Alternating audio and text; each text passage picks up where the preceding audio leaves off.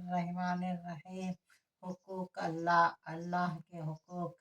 बुनियाद ईमान है कि इंसान की ये जिम्मेदारी है कि सबसे पहले वह अपने खालिक को पहचाने, उसे माने, उसकी बताई हुई बातों पर कामिल यकीन करे, उसके अहकाम की तामील के लिए सरे तस्लीम खम करे, तब ही नमाज, रोज़ा, हज व ज़कात और दीगर इबादत की सूरत में इन हुकूक की अदायगी को कबूल किया जाएगा और उस पर इंसान अल्लाह की तरफ से अजर व सवाब का मुस्तहिक होगा।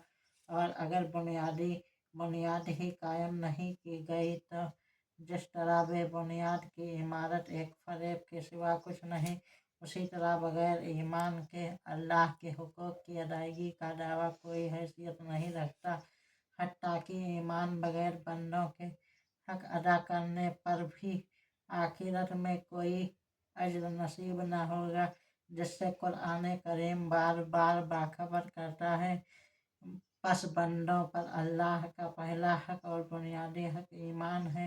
इसके बाद आमाल और आमाल की अदायगी में भी बुनियाद रसूल की इत्तिबा व पैरवी है कि वही आमाल मकबूल है जो मलअम शरीयत सल्लल्लाहु अलैहि वसल्लम के कौल अमल के मुताबिक हों, यानी अल्लाह की इबादत रसूल की अदाओं के मुताबिक की जाए तो मकबूल है, वरना मरदूद। इरशाद बारी ताला है, कुल इन कुंतुम तुहिब्बूनल्लाह फत्तबिऊनी युहब्बिबकुमुल्लाह यगफिर लकुम ज़ुनूबकुमुल्लाहु गफूरुर रहीम।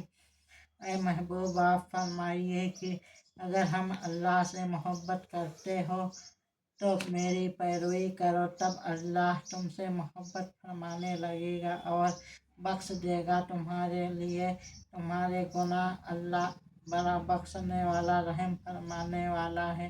पारा 3 अल इमरान आयत नंबर 31।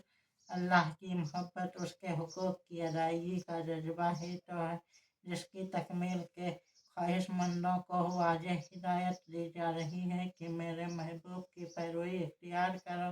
जितना तुम उनके करीब होते जाओगे उतने ही मेरे महबूब व मुकर्रब बनते जाओगे और मेरी हुकूक काबिल कबूल अंदाज में अदा कर सकोगे, जिसका सिला मग़फ़िरत और बख्शिश की सूरत में तुम्हें दिया जाएगा।